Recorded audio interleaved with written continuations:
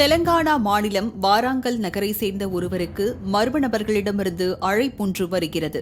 மின்னல் தாக்கிய போது திடீரென வானில் இருந்து எரிக்கல் வந்து விழுந்ததாகவும் அதனை அருகில் சென்று பார்த்தபோது பழங்கால பெட்டி கிடந்ததாகவும் கூறினார் அந்த மர்ம ஆசாமிகள். இதனை கேட்டு வியந்து போன அவர், அப்படி என்ன அந்த பெட்டியில் விசேஷம் என கேட்டார்.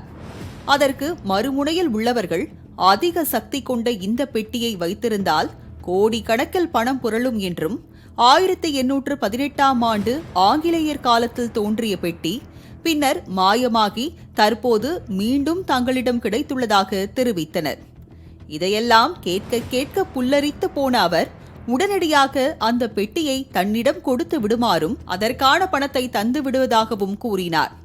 இதையடுத்து போனில் பேசிய ஆசாமிகள் அந்த மாயப்பெட்டியுடன் ஆட்டோவில் ஏறினர்.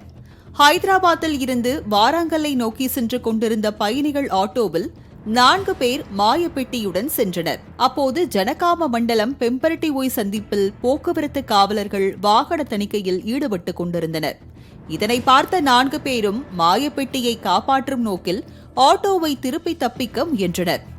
ஆனால் இதை கவனித்த போலீசார் துரத்தி சென்று அவர்களை கைது செய்ததுடன் மாயப்பெட்டியையும் பறிமுதல் செய்தனர்.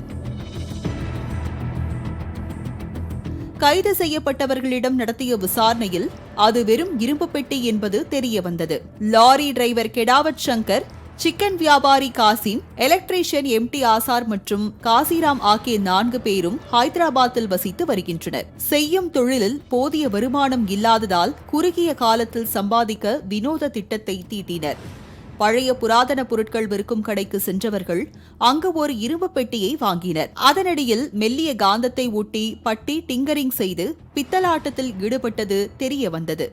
முண்டாசுப்பட்டி, மரகத நாணயம், சதுரங்க வேட்டை உள்ளிட்ட திரைப்படங்களில் வருவதைப் போல ரேர் பீஸ் என கூறி இந்த இரும்பு பெட்டியை 50 கோடி ரூபாய்க்கு விற்பனை செய்வதற்கு திட்டமிட்ட பலே கில்லாடிகள் பத்திரமாக சிறைக்கு அனுப்பப்பட்டனர்.